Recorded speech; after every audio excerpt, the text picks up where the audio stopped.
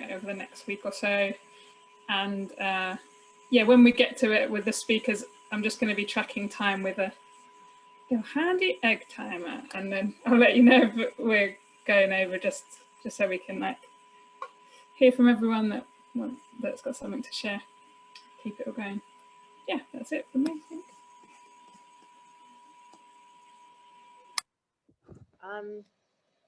So before we start the event, what I'd love to do is lead a very short awareness of breath meditation. It's just going to be 3 minutes. It's optional. You don't have to participate if you don't want to. But it's just a nice way to bring some calmness to the mind, and also just to ground into the space that we're entering into. So the invitation is to find a comfortable seat. So you can either sit on a cushion or a chair and have your back upright, but try to be as relaxed as possible.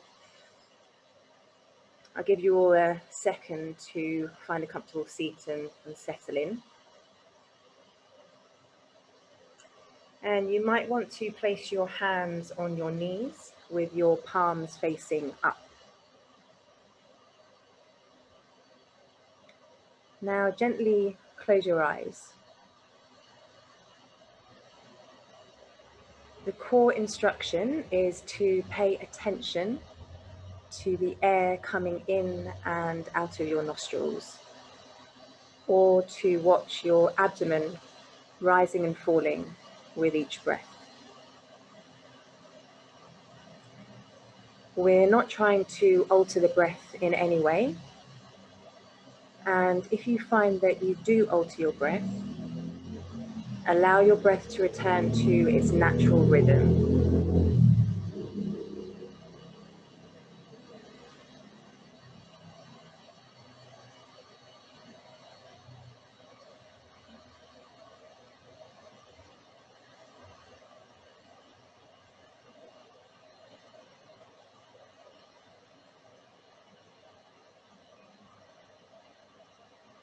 Bringing awareness to your nostrils or your abdomen, and becoming aware of the fact that you're breathing.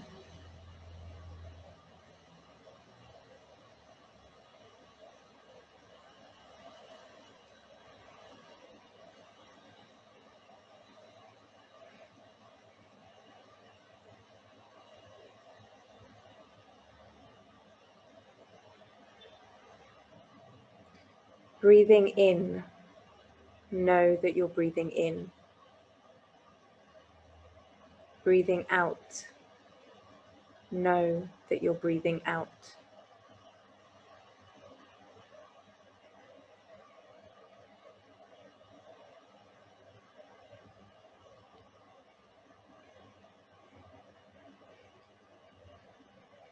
If your mind wanders to a thought, it's perfectly normal. And if this happens, gently guide your awareness back to your breath.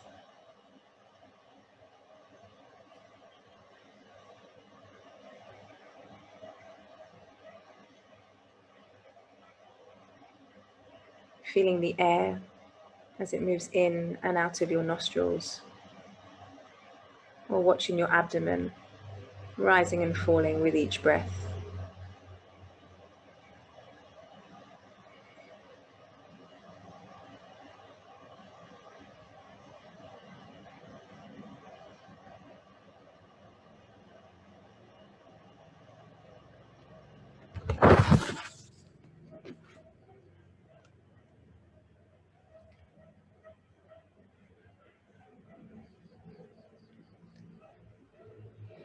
So please know that this awareness of breath meditation is coming to an end. When you feel ready, gently open your eyes and land back into the room that you find yourself in. You may want to have a stretch or stand up and walk around, shake your body, do whatever you need to do, and whatever feels right for you in this moment.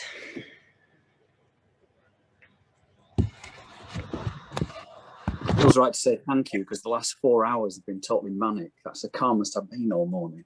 So thank you for that. I'm going to have a nap now. I'll see you all later. You're very welcome, Gary. Thank you for participating. I know that meditation can be slightly out of people's comfort zones at times, so I really appreciate it. It's a core practice of mine, so something that I wanted to share with everyone, especially with, the chaos of the world at the moment. We often forget to just be able to come back to ourselves. So thank you for participating. So before we start the event, I'm going to share just a little bit about our family section and to give an update on where we are with that. And then we will move into the sharing part of the event, where we'll have about 11 speakers sharing from their local area, which we're really excited about. Now, just to set the context, I know that there are some people that have dialed into the event today that weren't on the event in January, and I'm not sure if everyone would have read the update that we sent. So I'm just going to explain a little bit about the Families Project and give some background. Apologies to those that may have heard this before, but just to give some context to the people that haven't. So at the start of 2020, Shared Health Foundation carried out some research into how homelessness affects families. And it was reported that families across Greater Manchester exceeded 1,500, that there were twice as many homeless families than there are rough sleepers, and that 1 in 59 children in Manchester are homeless or in temporary accommodation. Upon this research, we then approached Shared Health Foundation to find out if there was any way that we could help at all. And together with Shared Health Foundation and Greater Manchester Homelessness Action Network, it was identified that many families experiencing homelessness or those at risk of experiencing homelessness were placed in emergency or temporary accommodation within and out of their original area. And often they have no access to, that have no idea of the resources that are available. And the situation can often be made much worse when they're not in their local area. Now, it was for this reason that we decided to co-design and develop a family-specific section on the Street Support Network website. The family section has got targeted information and advice and easy ways to find relevant services and local resources to where the families are. And the intention is for families and the people who support these families, such as health workers, community volunteers, and accommodation providers, to be able to use the section. Now, since our last event in January, we've been really busy adding a substantial amount of family-specific services onto the section. And this week, it's very exciting, but we just got the green light to test the family section on homeless families that are experiencing homelessness, and also the organisations that are supporting them. We're in the middle of arranging when that's going to take place, but hopefully in the next couple of weeks. Once we've received the feedback, we're hoping that we won't have to make a huge amount of changes. Once the changes have been made, if there are any, we'll then be able to publicly share the section with the wider network. And hopefully, fingers crossed, by July, which will be our next event, we're hoping that the family section will be fully up and running, and that the people that really need that support will be able to find it. We also mentioned in January that this project has given us scope to possibly be able to develop another section of the Street Support website, maybe targeting young people, maybe targeting women. So whilst we're not actively seeking this out, we did mention a couple of months ago, and just to mention again, that if any locations do wish to trial this on specific client groups in their area, do get in touch with us, and we can start to have the conversation offline and see how we can best support you. So yeah, that's our update on the family section. Are there any questions around that? I think Gary, yes. Just to mention 2 new volunteers. Yes, we have 2 new volunteers. Ida, who is here now, if you can see her that she's dialed in, and Unaiza, who wasn't able to join today. They joined about a month ago, and they've been furiously entering the family's details onto the Street Support website. Yeah, it's been a kind of a godsend to have them, because up until recently it was kind of mainly falling on my shoulders to do that, and to have some help with that has been fantastic. So I know that Ida and Unaiza have been learning a lot being with us for the last month. So Ida, I don't know if you want to wave and say hello to everyone. Thank you. So yeah, do we have any questions around the family section of the website before we move on to our sharing? Dave? Yeah, thanks, Soraya. Can you hear me okay? I can, yes. Yeah, great. It's just, are you actually getting on the website then people's details put in there, obviously secure with GDPR and stuff? Is that what the aim is? Oh no, sorry. This is for putting organisations that support families. So the services they offer to families specifically. Okay. One brief reflection would be what we're trying to do in Leeds is on your items page where people can register potential items that they may want or need. I don't know if it's possible to look at whether people may actually, or agencies may actually be able to send in a referral for a vulnerable person, and then it comes through to us.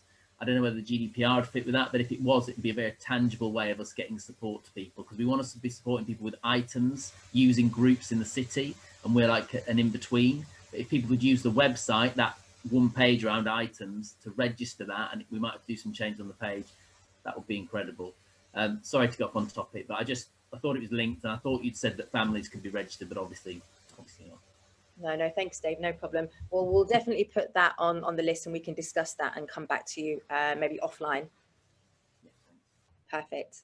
Okay, thanks so much, Dave.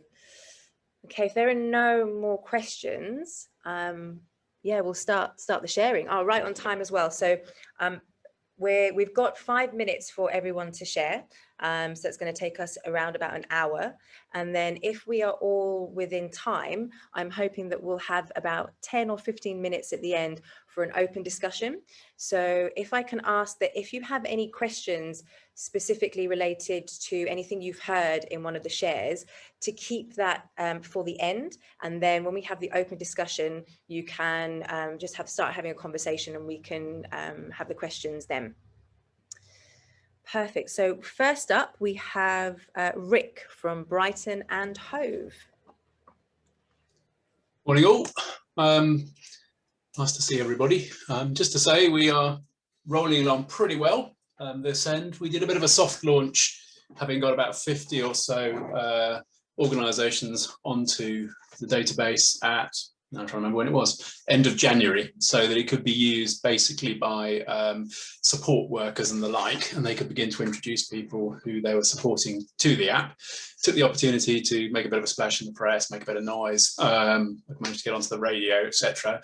That all went well, and since then we've done quite a lot of training. So there's been, repeat conversations with the individual people who, or organisations, but named person who's been responsible for loading up the data. Viv did a great session which we filmed on Zoom, which is now available on various channels to show people how to use the back end, which is great. There's been really I think three actually different voluntary sector stroke anyone from the statutory sector who wants to come along training sessions. So it's been an incredibly good period of time getting people boned up. And now we're veering towards our hard launch, which, well, originally I was hoping to do sort of early April, but time and motion issues, lockdown issues, wasn't worth it. But we're just in the process now of putting our printed publicity together, which will go out at the same time. we've given quite a lot of thought to this. We're not going to hard launch in quite as big a splash as I originally envisaged by making a huge fuss. We're going to instead basically launch it via the organisations and a little bit of media work to the most likely client group, who are of course those people who are shortly to find that they don't have so much space available in the everyone in scheme as they begin to shut up over the next few months. And then later in the year, we will do a big splash with everybody in Brighton and Hove getting it in the ear, basically, probably after summer in September, leaving us a period of time in between to do quite a lot of fundraising, make sure everything's working, continue to recruit people, make sure that the client group's getting it. So that's kind of what we've done. We've got some interesting publicity, which we're putting together now, flyers and business cards and stuff like that, which I'm going to push over because you can on Zoom in the file thing in just a minute. We're producing a business card, which is pinched off somebody else. I forget which very kind person introduced me to that. It might have been Nottingham. I can't remember. Great idea. We're actually going to produce 10,000 of these, which is a huge number, but you know, things get lost. And they have a QR code on them, and it's all branded up Street Support, but also with Brighton and Hove imagery off the website. And they were given out kind of like water, really, which will help people get onto the website. That's great. A leaflet as well. We have quite a lot of those produced. We've got posters going up in various places. That'll all be part of this launch. Library's taking like 30 posters, so that's great. I think we can get them onto the buses as well, so it's quite exciting. And then we'll also produce some more sophisticated stuff as we go along, especially for trying to do some local community fundraising. Our goal here is not to be reliant on grant, but is to be ultimately reliant on local organisations, potentially also businesses and individuals donating month on month, so that we have the funds to pay the support worker, the city admin, and also the fee forever. That would be great if we can pull it off. But so far, so good. That's it. Any questions? Perfect. Thanks so much, Rick. Sounds like you've been really busy. Yeah, it's been like the only thing I've done, really. No, that's not pretty true, but very busy. Thank you so much, Rick. Next up, we have Rob from Rochdale. Good morning, everyone. Thank you for the meditation. I haven't meditated for a week because I have the excuse of being far too busy, and I'm never too busy. It's finding the time, isn't it? And it's so beneficial for our own well-being. So yeah, hopefully there are people on from Manchester, so they think I'm banging the drum. Hopefully not. But I will advocate and challenge and ask questions on the behalf of a cohort that I believe do not have a voice, which are prison releases. In my experience, see many sort of failings there. I'll just read a few things out and whack down quick, and then I'll go into a bit deep detail. I'm not saying this is all the time. This isn't a criticism. This is just asking questions of why things that are funded with great resources of funding are not working and not being put in place for prisoners on release from prison in most cases that I come across at ground level. So prisoners being released with no ID. Massive bit of funding has gone into that. That is meant to be done for every single prisoner. No bank account, massive bit of funding, meant to be done for every single prisoner. No housing on the day, really bone of contention with myself. Massive resource, massive amount of money. Still getting passed from one person to another, no accountability in that. No benefits, no link up between probation, internal, external and other agencies before release. No clear understanding of who is doing what, no support on day of release, and an understanding of what support and what that entails, and how much support has to go in, but how beneficial that is. Discrimination is discrimination. It's a cohort that is discriminated against. Where is rehabilitation? Where is the belief in rehabilitation if we're going to discriminate against a cohort of people? Where's the facilitation to empower ex-prisoners to start a cycle of change? It's just not there. Small wins with this cohort are massive big wins for the individual and need to be seen as that as a group of professionals that are used to dealing with the revolving door, for instance, and the attitude of, well, they'll be back again in a few months or whatever. MDT approach is needed for prisoners, needs to be put in place. There needs to be that point of accountability of who is doing what, so people can't keep passing the buck around and say, well, someone else is doing that. Yeah, there's loads of funds going in. There's just no cohesion or sort of collaboration there, is what I'm seeing still. David will be talking about the Great Manchester Homeless Strategy. There is a bit in that. no one becomes homeless at the point of transition between services into exit from institutions. Very, very powerful statement. So what are we going to do? Are we going to do what we already do, which is commission services to do certain things with no accountability, and we're still in the same position at the end of this strategy of where we are now, because we're not accepting the challenges and the understanding and what actually that entails to really make that statement become a reality, which, to be honest, is a brilliant statement, and it's in that strategy. Great belief in it.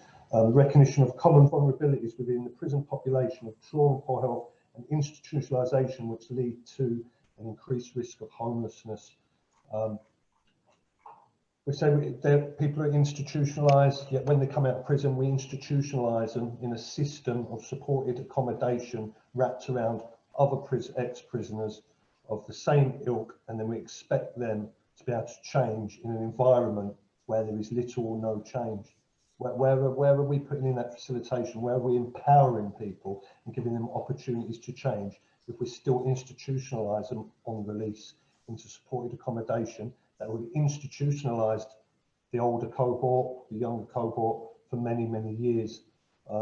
So it is something that I keep asking questions about and keep an eye on the watch. A very quick case study. I speak to prisoners regularly. The reason that I work with prisoners is because I have friends that work in the prison system. They phone me up and say, Rob, I've got this prisoner. Can you do anything? So I have a weekly phone call with them 6 weeks prior to release, build up that relationship, pick them up from prison, which is not my job, and we're not funded to do that. It's just something close to my heart, so I make that time in. It is so difficult when you've got someone on release from prison. They've got nowhere to live, they've got no ID, they've got no bank account, they've got no benefits in place straight away. And you're expecting them to go to probation, CDT, and then liaise with the local housing for 2 or 3 hours on the phone. It's an expectation that cannot be met by a prisoner. However, if you build this relationship with prisoners, each time they go in, at some point you will get those wins with them. We worked with someone recently, 10 years he's been going in and out of prison. Well, he's been going in and out of prison for about 25 years, but in the last 10 years, he's not engaged with probation on release. He's not engaged with CDT and been scripted. He's had no housing for 10 years. Through putting in that extra bit of time and resource and holding people accountable for what they're meant to be doing, finally got him somewhere to live, engagement with probation, CDT, etc., etc. I've spoken to many probation officers, and this is not a criticism. The pot of money that probation had to access for prison release is £2,500. I've spoken to probation officers who turned around to me and said, we're not housing officers, and basically not refused to do it, but we're too busy to do it. Then we go to homelessness, who say that they have no duty or anything else, going off historic information. So it's a cohort that gets left by the side, gets discriminated against, and there is massive resources and money involved at the moment, but there's no, like I said, cohesion or collaboration or accountability. All the stuff is there if we interlink it to make much more sort of positive changes for these people. But if we don't link it up, we're going to be in the same position we are now and we was years ago when we started putting this money in, and we're going to put a bit more money in. Stop sticking plasters over it. And yeah, I hope I haven't gone on too long and beating the drum too much, but I will keep on doing it until there's change. Thanks so much, Rob. When I used to work at Mustard Tree, I was coordinating the Freedom Project, and I spent a lot of my time in prisons talking about the Freedom Project and trying to get them the support that they need. So what you're saying hits me in the heart as well, and it really resonates. So yeah, thank you for sharing that and bringing it to everyone's attention. Next up, we have V from Reading. Hello, I've put my headset on. I couldn't hear you very well, Robin, without the headset on. So I'm V from Reading. Today I wanted to talk about our No Recourse to Public Funds project group that we set up in Reading around September time last year. We accommodated a lot of people within everyone in who had no recourse to public funds. It's something, so I work for the local authority. It's something that historically we have never been able to pick up with because of the funding issues we face around it, and the legal barrier. We saw an opportunity within the Next Steps Accommodation Programme funding to put in a bid for some grant funding to actually do something about it. So we pulled together a project group. So this was a partnership of voluntary sector and us as the local authority, and a commission service. St Mungo's is our street outreach team in Reading. So we worked with Faith Christian Group in Reading, who they historically over the last 4 years have pulled together our winter shelter, and a lot of the guys that they would accommodate between sort of January and March were people who without recourse to public funds. So since September we've met weekly, which feels a little bit like overkill some weeks, but I think it's necessary to sort of keep that pace up. So what we have is we have some navigators. As I say, we work alongside St Mungo's, and we have a coordinator role that sits within one of our local charities to sort of pull together.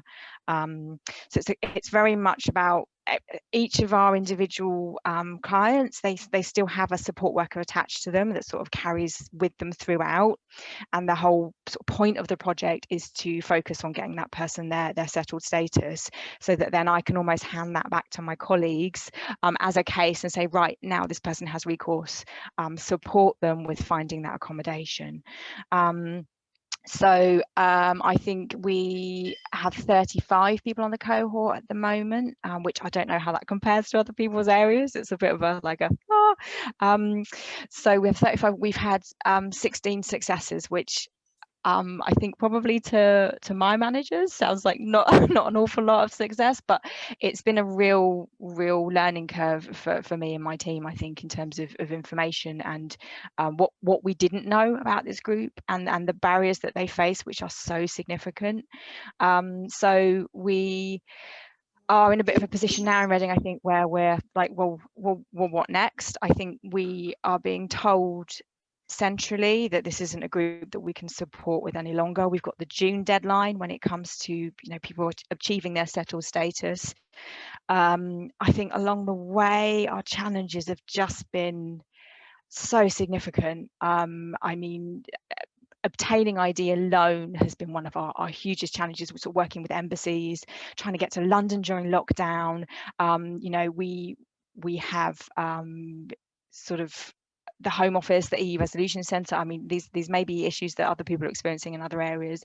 We have people who are achieving their pre-settled status and they're limited leave to remain.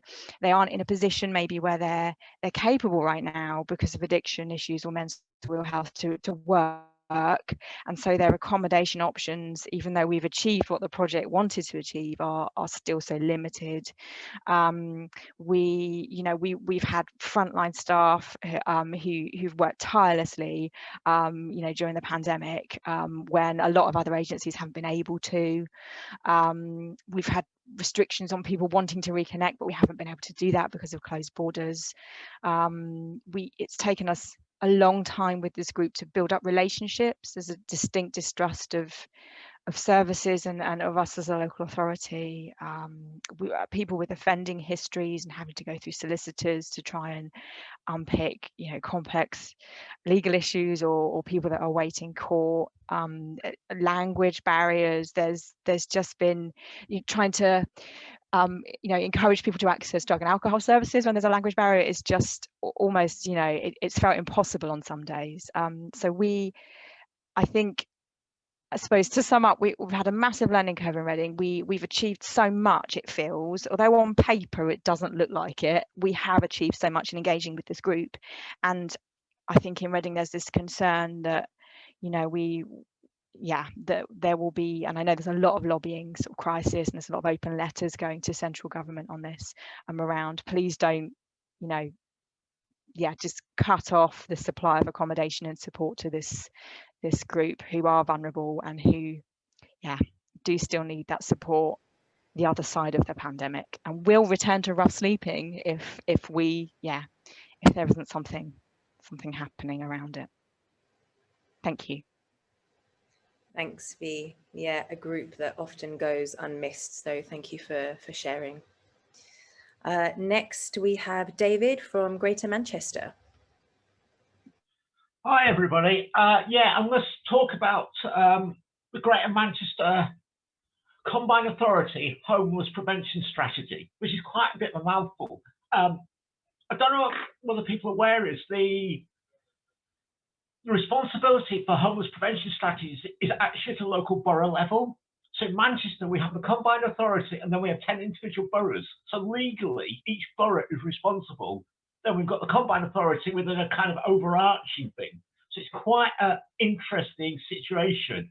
And I often say is people get blamed for doing things that they have, or not doing things that they have no responsibility for, neither do they have the funds for often. And other people, they do have the responsibility for funds, and so it gets really confusing for who you talk to.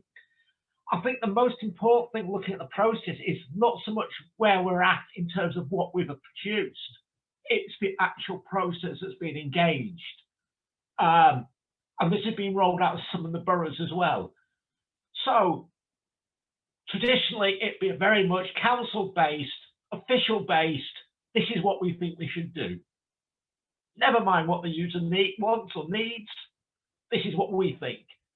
What's really happened over the last few years is a proper recognition of everybody needing to be involved, but also for an approach that is right for everybody. So we've been using something called legislative theatre, which is a way of representing and letting people see issues and making the case, which for some people is exactly the great thing. They can take part in it, they can respond to it. Other people will respond very well to written stuff. Some people like reading stuff, and that's how they work. Other people work well in discussions. So the hand's been holding a lot of, the Homeless Action Network in Bury, in Manchester, which is again a combination of various both statutory, public, voluntary, faith, entrepreneurial people with lived experience involved, have been doing quite a lot of work, as well as having open discussions on particular subjects and particular issues within it. So again, to give people a chance to feed into it. And I think that's really happening. It's been a very long and laborious process. It's probably been going on since last May, the latest one. Now, because of the local elections, the mayoral elections, a lot of it had to be put on hold in terms of public consultation. So we're in a process of things being further refined at the moment and can't be made public until after the mayoral elections. So that's produced interesting, complex, and so on. I think to me, the important thing is the involvement of everybody in a way that makes them, and also a recognition that people, we're trying to get people up first, not who should fix it, because it's very easy to say, oh, the council should fix it. A lot of the approach has been is, what are you going to do to help achieve things? And how are you going to be held accountable for this? So very much round the person, round individuals, round a person-centric approach and looking at the people first, not the problem. That's been a great learning episode for me because I come from a very non-homeless background, I'm a commercial person, and it's really taught me a lot as well. And we've been able to also take the same approach into Bury, which is where I'm actually based, which is part of Greater Manchester, for those from other places. And it's a place that used to have a football team. That might ring a few bells. And so we've been able to, again, a council that's really not known anything about co-production has suddenly grasped it. Not everybody, but it's been absolutely fantastic, the involvement and the impact of it. So what we're trying to look at, and also the next part of the process, we're going to hold more open discussions so that on targeted areas. So we've been doing some work on prison release and resettlement. There are aspects of it, again, we'll take a similar approach. So we've been supported in this by Street Support, which has been absolutely brilliant. And so what I'm really saying is, where we've not got, you can go on to Greater Manchester GMC's website and see where we're at. There's long documents, massive documents. I think the most important thing from our point of view is, and what I've learned from is the process and getting everyone involved, because everyone has got a part to play, not only in devising it, but also putting it into action. Because it's all right having these lovely, great documents that say we will do this and do that. But unless we actually do something about it, it's a piece of paper which is very interesting, not.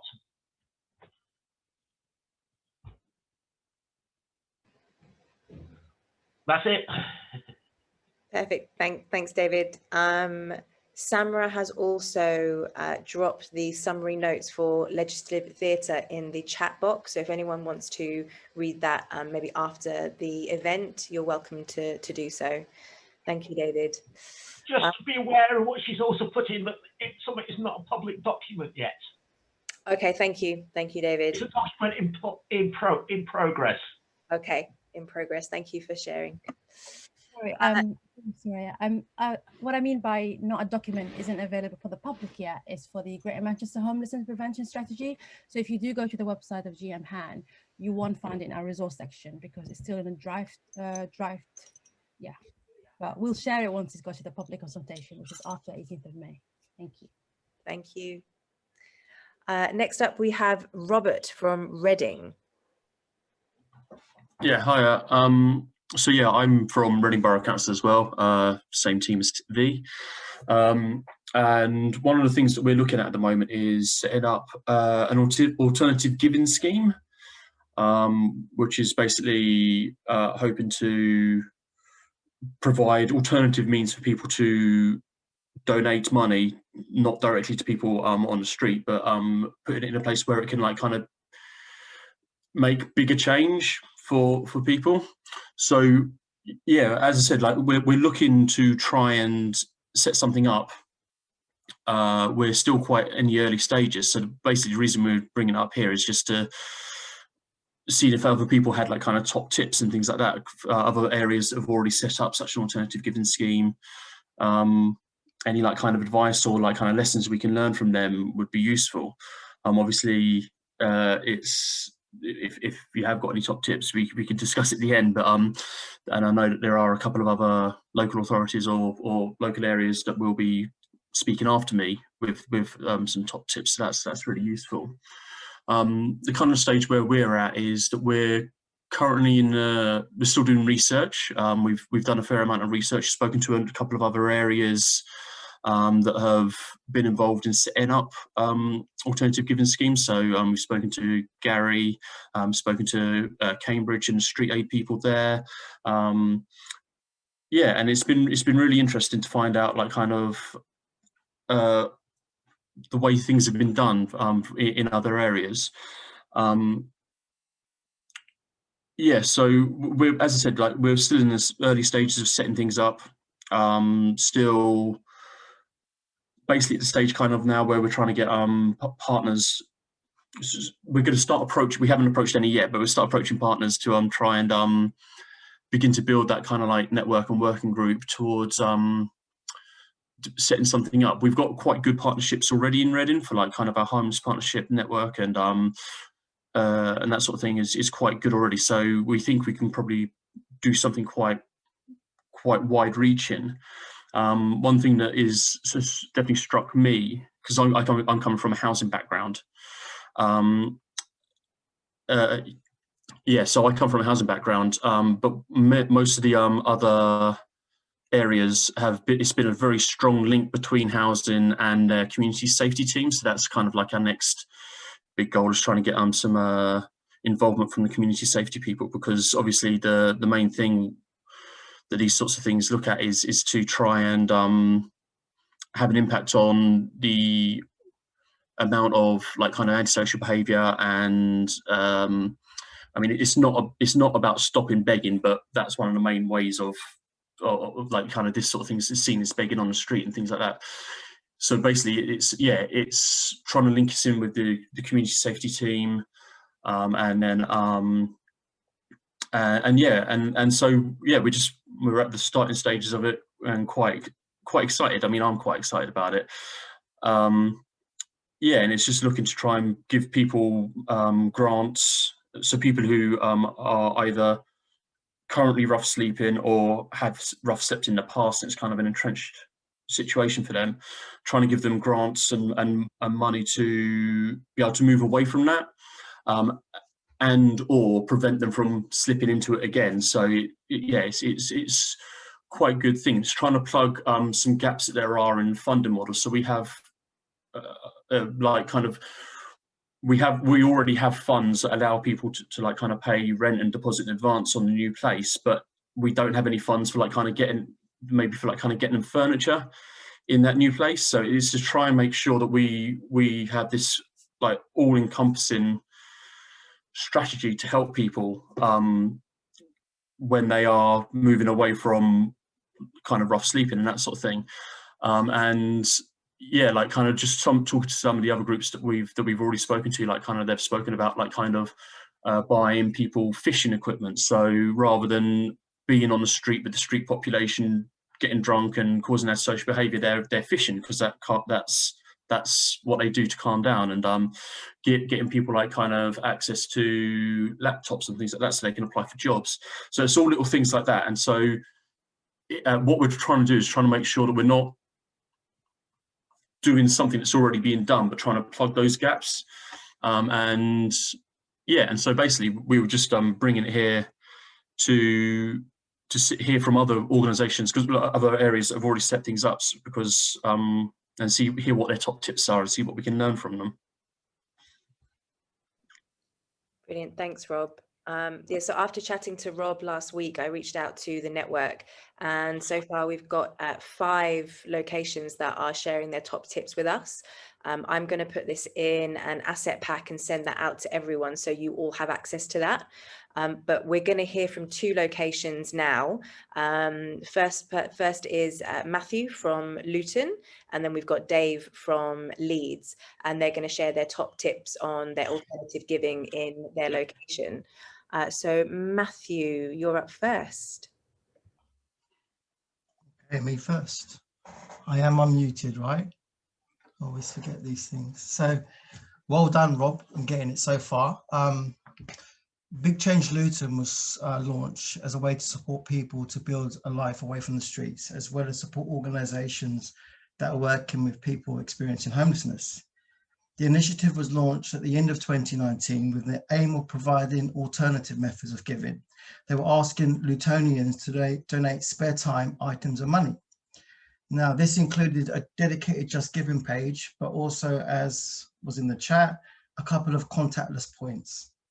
Now, despite the pandemic that has taken the precedent with many of our services, we've been able to disseminate 8 awards, totaling 2,413 so far. It was initially challenging setting up the scheme, but something that Gary Dunson from Street Support said to us really resonated, and that is that it takes a strong partnership to lead a successful alternative giving campaign or alternative giving process. It requires significant resource to market, disseminate, manage the finances, and then hand out the awards of an alternative giving scheme. It takes a team, and without this, it will fail. So says Gary, and he's right. In fact, one of the partners, Tim, is on this chat with us as well. He's director or CEO of one of the local organisations, and he will attest to how hard it is. Without a partnership, it will fail. Also, the tone and narrative and dialogue is really important. Now, many people will automatically associate alternative giving with people who street beg. So it's very important that it's more than just that. We did this by encouraging people to share spare items, their time, not just money. It broadens the context. Street Support also provided us with a recipe sheet, so I'm sure that Soraya will offer that as well. It was crucial when forming the objectives. So don't reinvent the wheel. If something's is working already, use it. Like I said, you must be very clear about the objectives. Ours was to raise awareness of the provision for rough sleepers in Luton, to encourage donations to Big Change as an alternative income and encourage volunteering, and then to debunk myths surrounding homelessness and rough sleeper provision.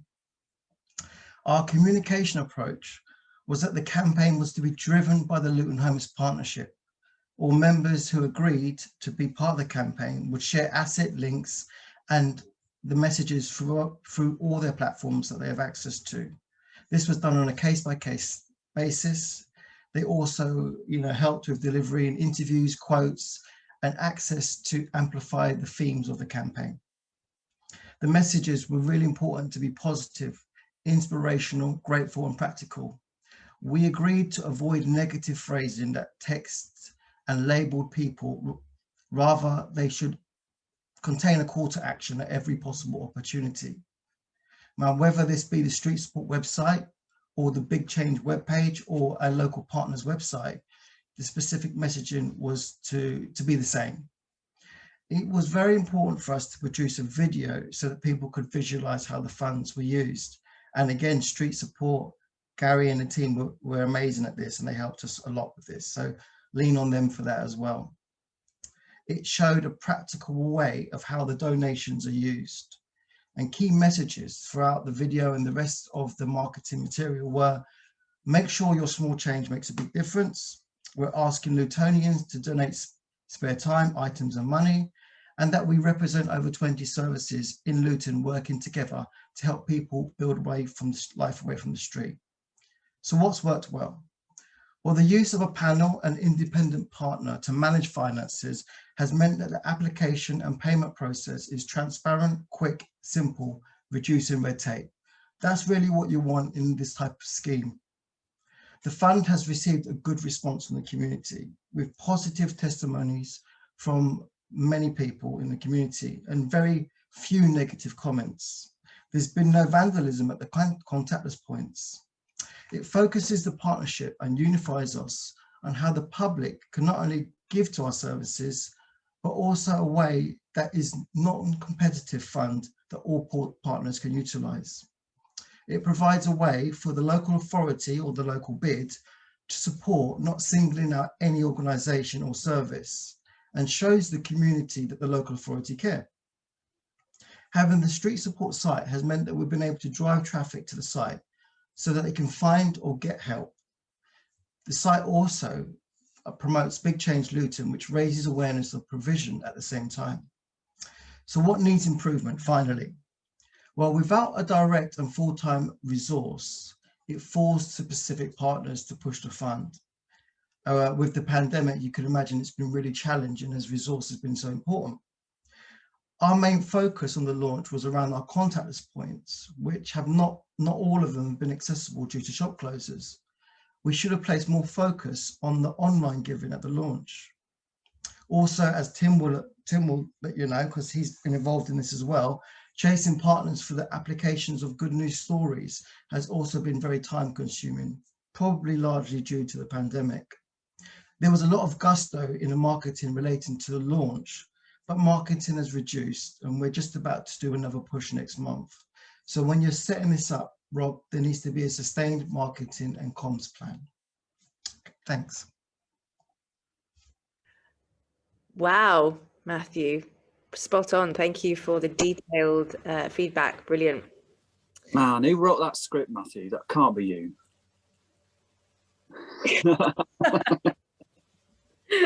Well delivered though, Matthew. Excellent. Thank you, Matthew. Next, we'll hand over to Dave from Leeds. Thank you, Soraya. Yeah, so I'm just to give you a brief update from Leeds. I chair the Leeds Homeless Charter, part of a project called Unity in Poverty Action. Just two brief updates. One is that before I go on to the giving side of stuff, we have started to work with some of the groups that go out on the street to get them hosted in a building called St Anne's Resource Centre, which is a commissioned service that supports the homeless on an evening. It's quite a new thing. The aim is to get a number of nights covered by groups. If anyone's got any feedback on that kind of stuff about getting groups into a building, then I'd be really interested in to get your feedback. And then just secondly, we have been looking at the whole area of kind of items and befriending. So that's something we're hoping to start up, and obviously we want to be using the Street Support website more and more to do that, but particularly getting groups to deliver to people's houses. And thirdly, we've set up a prison women's release case meeting, which means that every 2 weeks names are read out of people coming out of prison. This with Skype and Teams enables us to do this rather than workers having to go to a central venue, and that's been really helpful. So that means that we're trying to widen the net on catching people. There's already a men's one that was set up, we've now got a women's one. So that means we're trying to widen the net so we can catch people when they come out of prison. And if anyone's got any feedback from their own experience of that stuff, then please just let me know. In terms of giving, we've got Big Change Leeds. Big Change Leeds was fairly active up until the pandemic, and I'll be honest, say the last year has not been as active, partly because a lot of money has come through from businesses who are around the city centre, and they've taken a massive hit, you know, during this pandemic, and it's not been easy.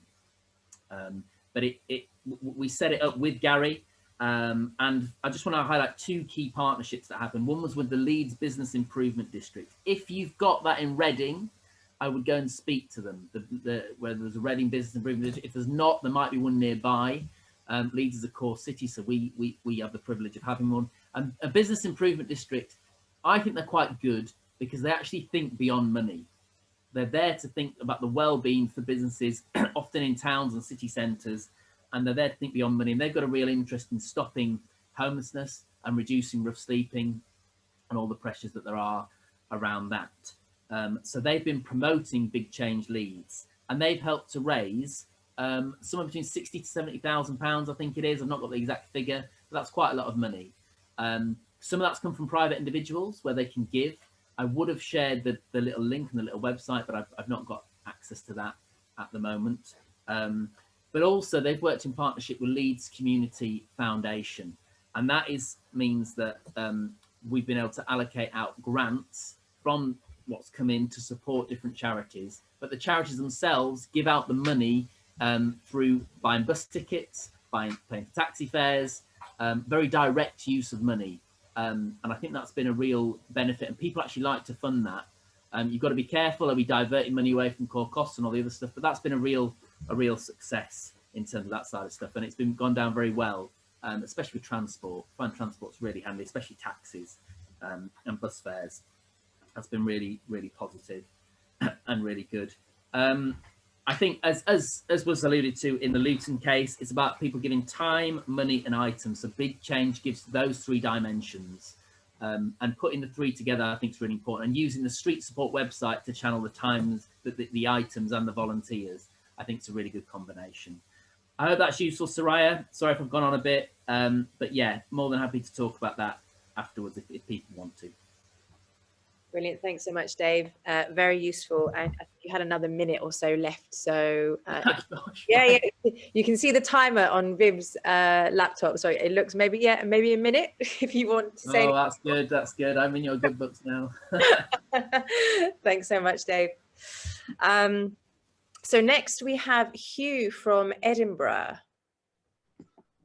Hi, good morning. So I'm just going to share with you some work we've been doing around the multi-agency hub, which is actually in Glasgow. We have one in Edinburgh as well that we're working on, but this is a Glasgow one. To some extent, I suppose it's a kind of physical manifestation of street support. We wanted to create this multi-agency space where any service and any agency can operate from, as long as their focus is around supporting people who are experiencing or at risk of homelessness. So we opened up in September, just in that gap between lockdowns. We managed to get the building complete and get opened up in September. Since then, we've had 10,000 interactions in the first 6 months, so which is slightly less than we anticipated, largely because some of the agencies that are intended to be in that space, like the DWP, are still at the working from home stage. But we provide a range of services. It's not just Simon Community that are there supporting people who are arriving, but we provide casework, housing support, legal advice, immigration services, sexual and physical health, sadly no mental health support at the moment, financial inclusion, lots of work around harm reduction. All our services are dog friendly, so we'll get vet services on site as well, and we're currently looking at developing exclusive time and space, particularly for women. A lot of the work was about creating an environment that felt safe, that really valued people. It's a walk in the street, so you don't make an appointment, you can walk in. Our hope and ambition is that we can resolve at least one of your problems or one of your issues, if not all of them, on that day. But it's staffed with a fantastic team from Simon Community, and we've been recruiting a lot of volunteers. All our volunteers, all our staff are trauma informed, So we train all our staff in customer care on understanding the nature and the journeys of homelessness. Most of the people we work with have got complex needs. At the moment in Scotland, I say at the moment, this is yesterday's figures, we have 16 rough sleepers in Scotland. And we know every one of them. And the reason that we can't get those 16 people off the street is for a range of issues, particularly around mental health. So these are entrenched rough sleepers that have been out in the street for sometimes many years, and we're still struggling to get them off. But what we are working with now is a large population in temporary and emergency accommodation. So rather than kind of rabbiting on about the space itself, I think I've got a short video to share with you, which is 90 seconds long, which will give you a sense of what the hub is about. Welcome to the Access Hub. This is our brand new multi-agency advice and support centre in Glasgow for people experiencing homelessness. People using the hub can access a wide range of support all under one roof from expert providers. This includes financial support, legal support and advice, counselling, digital support, and health and well-being services. People are at the heart of everything we do, and it's really important to us that they feel valued when they connect with us. We have worked hard with the people we support to apply psychologically informed principles to how we work, how we build relationships, and to the spaces that we create. The Access Hub radically reshapes what people can expect from services, and we see it as a game changer for homelessness in Scotland. This service is a joint effort between us and our many partners, and this partnership working is core to our approach. It is the goodwill and collaboration of so many people and organisations that have made this amazing space possible. Together, we can make it easy for people to get the support that they need.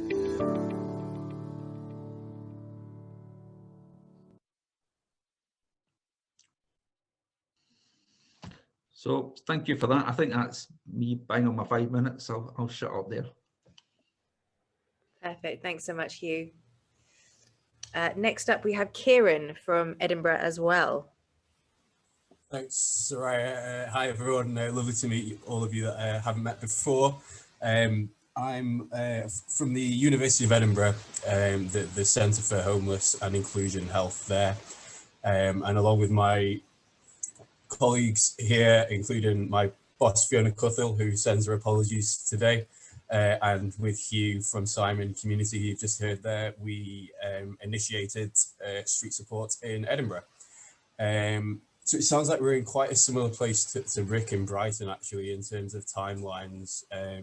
So we launched late November last year.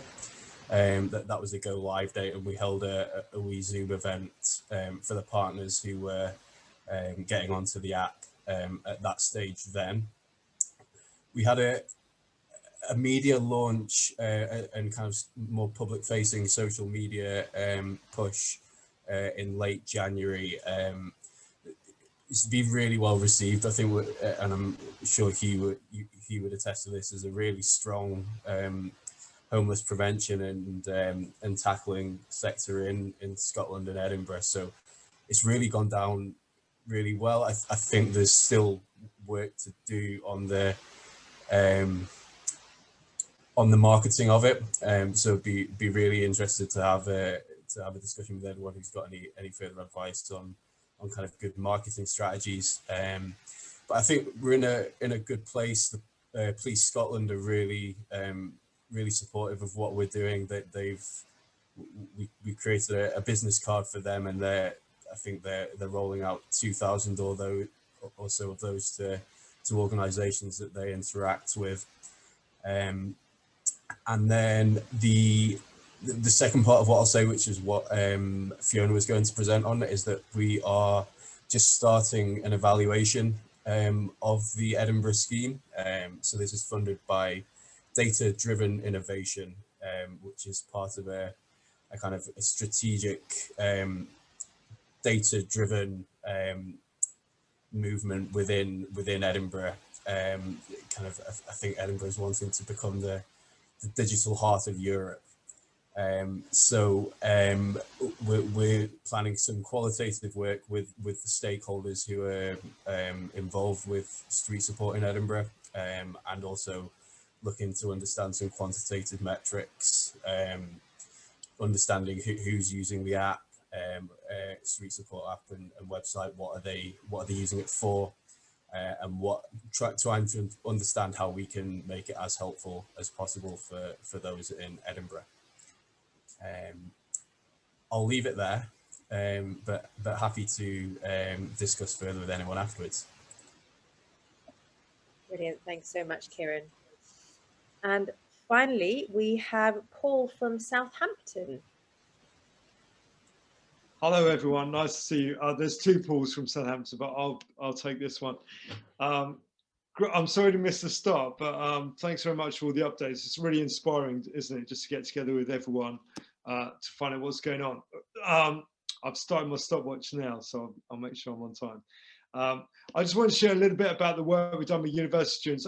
We were given a chance to pitch to social media students at Solent University around them supporting local charities. So we had a sort of 5 minutes to be able to say to them, would you help us with your final year coursework to work with us as a charity to create some short videos? And we're fortunate to, two of the groups chose us, Street Support, to work with us to create these videos. So one of them created a little animation, and the other one did a split screen, what life was like on the streets and what life was like off the streets, as a sort of visual display. And we met with them every week to piece this together. Gary as well advised us to make sure that we made a good video from the back there, because there's lots that can go wrong with those short videos, aren't there? So if I can, I'll just dig up what we've got here. And as well, you know, the way Gary just pushes us to do more than we want to do. So he advised us to get a blog written up as well. So Solent actually wrote their own blog, and we put one on the Street Support page. But the great thing about this was, because we were praising how well their students had done, they wrote their own blog about their students.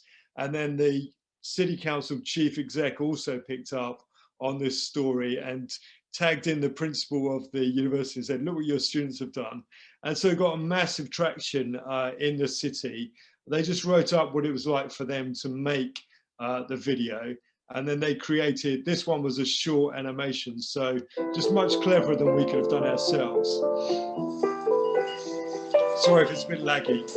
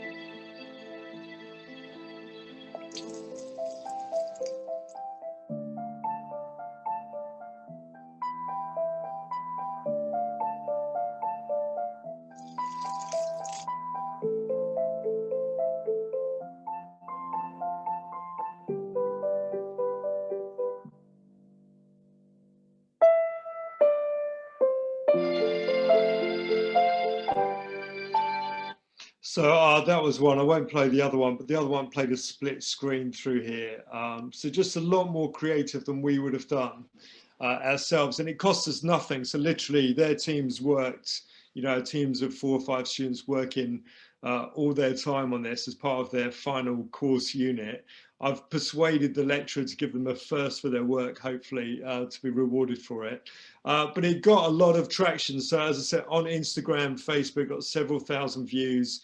On my LinkedIn profile, I got a ridiculous 500 views because the chief exec of the council picked it up. And I think for us, it helped us get out a very simple, short message, probably to a much younger crowd than we normally get the word out to.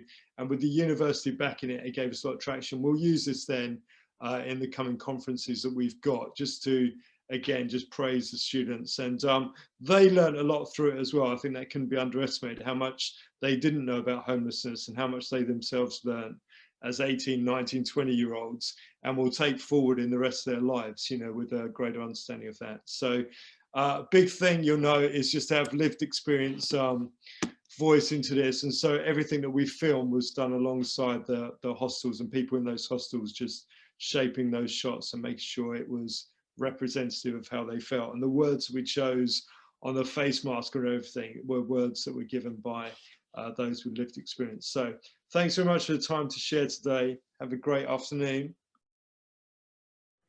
Brilliant. Thanks so much, Paul. I think that was really lovely to end our sharing with. So thank you so much. Wow, we've finished right on time. This is amazing.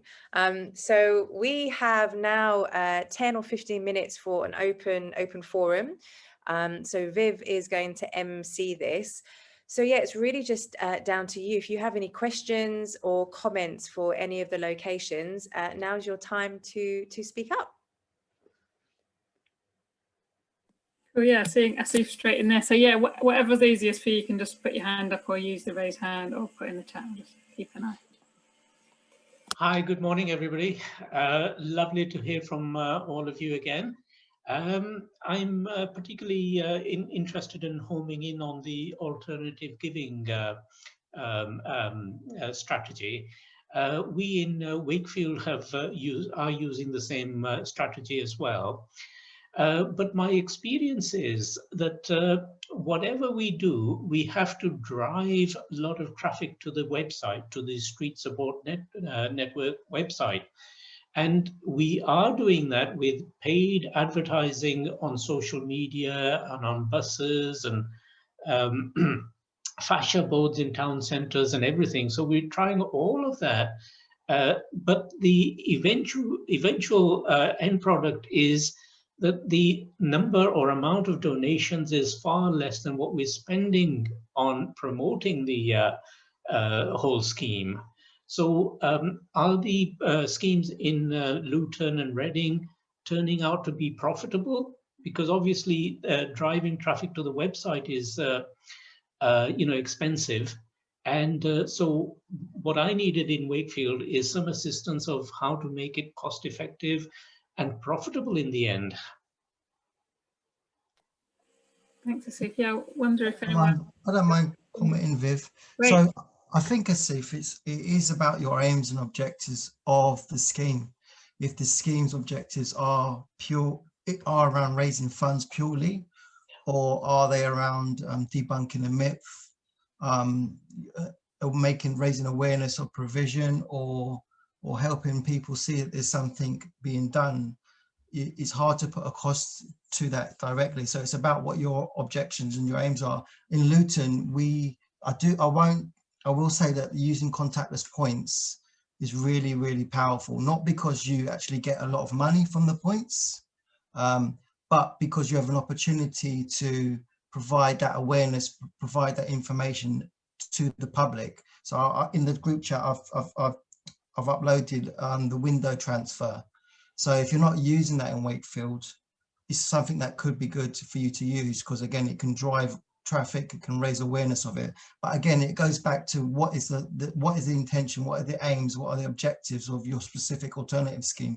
For us in Luton, it isn't just about raising the money, it's about raising awareness of what is being done and opportunities for people to build a life away from the street.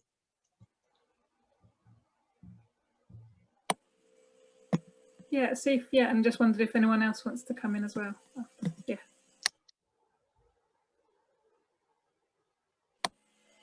Yeah, go for it, Asif. And then V, maybe. I was just going to say, sorry, Steve, it's Luton, not Reading that we're, so obviously Matthew's just spoken. So we're looking at in Reading whether or not we will set one up. So it sounds like you guys in Wakefield are much further along that journey than we are.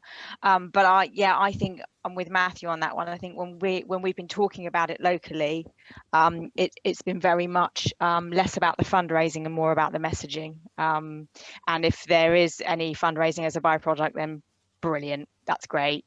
But yeah, indeed, more about the messaging, I think. Gary. So yeah, Gary, Dave, and then back to Essie. Yeah, just that always comes back down to resource. But if you've got a person or a group, an action group maybe, that can focus on this. And then also if you've got that resource, a person or a group, but to tap into businesses, because, businesses can give huge chunks of cash. Manchester, Leeds got off to a great start with like big 10 grand donations. You can do a lot of damage, and that's just through one donor. So, that would be the group thing in businesses is something to think about. But also I'd probably just think to do with this, I think maybe we've just suggested it, is have let's get the asset pack together, because there's a heck of a lot of knowledge that I've got and now you've got. Soraya's sort of to pull all that information together, share it, and then maybe we'll have a separate alternative giving slot just to, having Hannah from Cambridge, she was with us, I think she's gone now, but I'm a real fan of Cambridge Street Aid. It's kind of like Big Change, but it's just a bit lighter to kind of access and for cities to adopt. So be great to have Hannah talking and sharing, and I've connected her with a few of you on here and things. I think it'd be good to have a separate gig on this, because there's so many aspects to it and it's so complicated. So yeah. And just maybe making a bit of a distinction, I guess, between sort of a more of a street support campaign and the specifically alternate giving, which might be more for fundraising or it might be for both things. Dave, do you want to come in and then back to Essie? I just reiterate what Gary said, really, in terms of the business community. It isn't easy. I think it's having key connections. Obviously in Leeds, we've got the Business Improvement District, which has been a real help. But I do think if you want to make money, then I think you've got to get businesses or individuals donating big sums of money. If you don't, I mean, I saw the figures from Luton.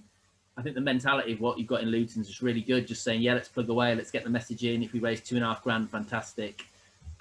So if you want to raise money, Asif, I think it's the business community where you'll raise that money. But the general public, it's about the messaging. It's about trying to stop people giving to street beggars, just as much as it is about getting people to give something else. So I don't know if that makes sense, but I come to reiterate what Gary said and then just add in those other bits for him. Just want to say as well, from experience in Manchester and a few other places, I think businesses are quite unlikely to give to anything they think is associated with the council, because they're still imagining the council has loads of money. So it really needed to seem like it comes, well to actually be, I hear myself say seem, and that's like, I guess really be owned by the grassroots and the sector and people who have got experience, and make sure the money is going to them. So I think that could be a challenge, to get money to a thing that's seen as council. Do you want to add anything, Asif, or have we got a different question coming up? Yes, I just wanted to thank Matthew and the others for the valuable contribution. And I will feel less frustrated that we're not raising money out of the effort now. But I think from the team there, it would be very, very useful if you could now share contact details of all of us. And on the spreadsheet, if you could also put in who the lead organization is in the project as well, whether it's a local authority or a voluntary sector organization, and then the contact details. And then I think, meeting each other 3 times every 3 months is excellent. What we need to do our background work and share information and help each other offline. you know, in our normal working time. So I think that would be very invaluable, and I'd definitely like to get in touch with Dave from Leeds, who are our neighbours, and I hear you have a very successful scheme there. So we could definitely learn a lot from you. Thanks, Sue. Yeah, I wonder if anyone's got any other questions from anything you heard or comments. See, it's Matthew. So I see Tim, and then I saw Matthew doing. I'm not sure which direction I was pointing. Okay. It's just on the alternative giving thing again, just to back up Matthew in that I think for it to be successful is absolutely need to understand what your objectives are for the scheme at the outset. And I think it's also a recognition that I think quite often people put on the back of alternative giving that it's going to prevent begging or giving to beggars, and it won't, and it doesn't, and it will never do that. Our experience has been that people give to beggars as an emotional response to a particular moment in time and someone's particular place at that time. So it could be at Christmas when somebody's on the streets or whatever it might be. Quite often it's an emotional response, and we shouldn't be trying to stop people doing that. What we have found in Luton with the alternative giving scheme that we have is it's given us an opportunity to make sure that we can publicise really well that any funds that are given are delivered in whole to the people that they're there for. So for people who are trying to get off the streets or are escaping rough sleeping, that the money is being used to help them to achieve that objective. And that is what will build the trust in the scheme, because there's a lot of distrust of voluntary organisations and charities, where our money goes, what we management costs, etc., etc. So anything that can debunk that will work. Yeah, it won't make money unless you do the business thing, and then you need some resource to be able to do that.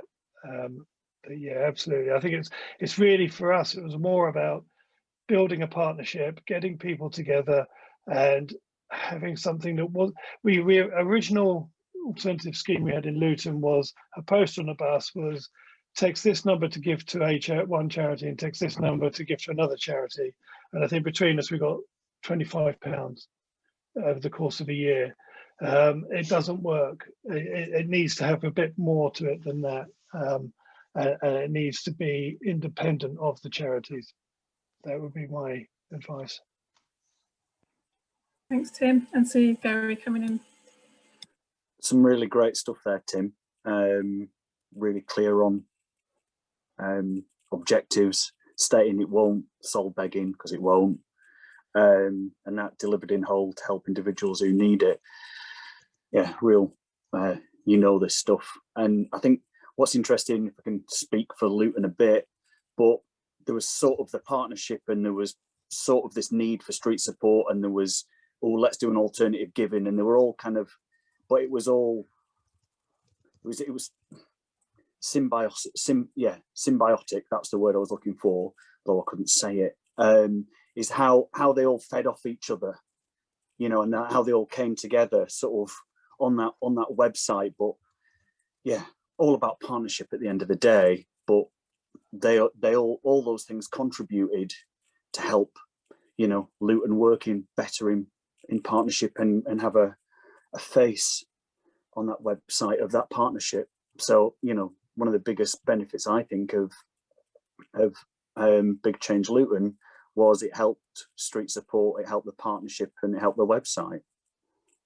Don't know if you'd agree with that, Matthew, but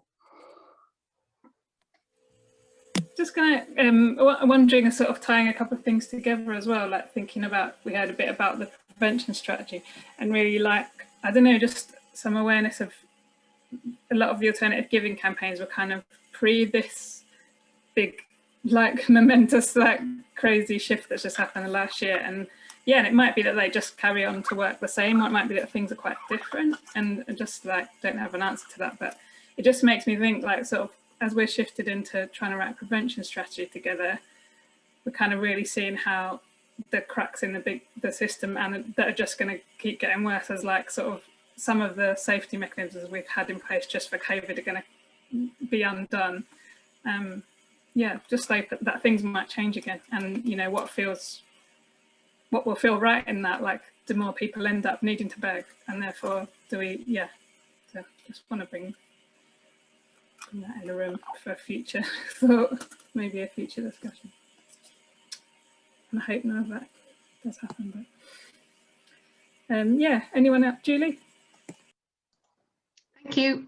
Yeah, I'm Julie Cook, one of the trustees, and I also work for Homeless Link. Wow, it's been really, really interesting so far today. I just wanted to say thanks to V, because I found that really interesting as well, hearing about your NRPF project. And I was just sort of thinking, I'm sure you probably have already, but this feels like there's so much learning from that. I don't know if you've done blogs and you're sharing more about that. Certainly, partly with you know, my Homeless Link hat on as well. I hope you are, because you know, there's so much there. And were you working just? Was it focused on EU settlement? Was it non-EU migrants as well?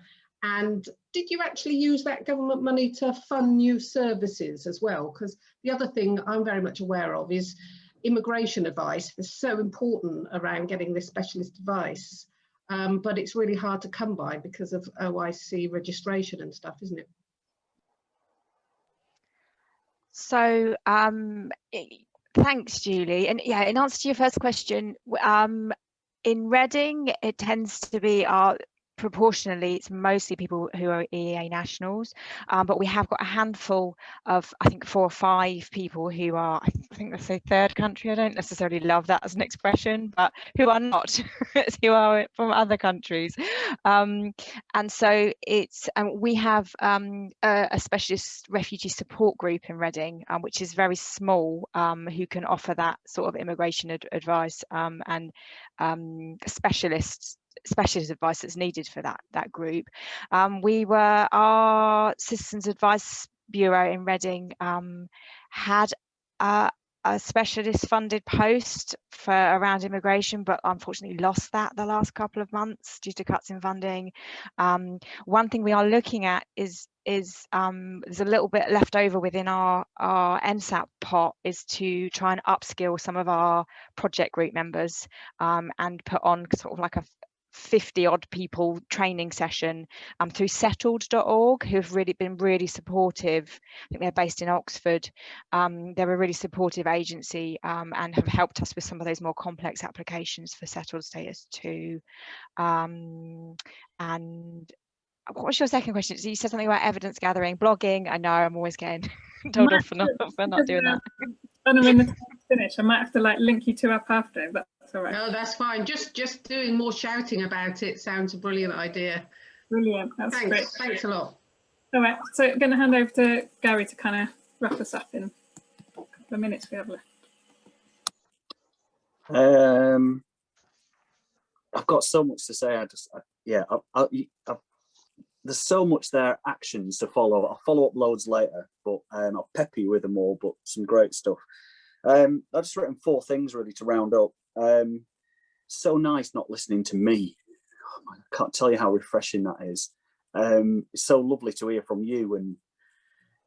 And for us, you know, we're all about trying to encourage your partnerships locally, but then there's the partnerships nationally, and that's sort of this year's really kind of big task for us, was to Street Support Network, the national network, to get you networking and talking and sharing. And it's just brilliant to see all of this. You all drive me nuts, by the way, because it's all stuff that you do that naturally you just do, but you kind of like, and you're paid to do, and you do really well, but it's that thing of sharing it.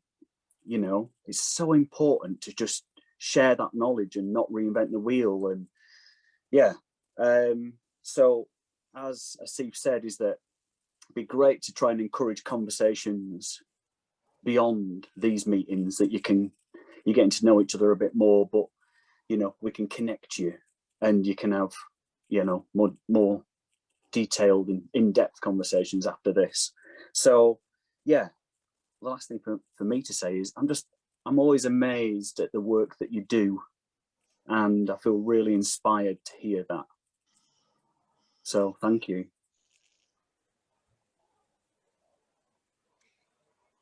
Can I just say one final thing?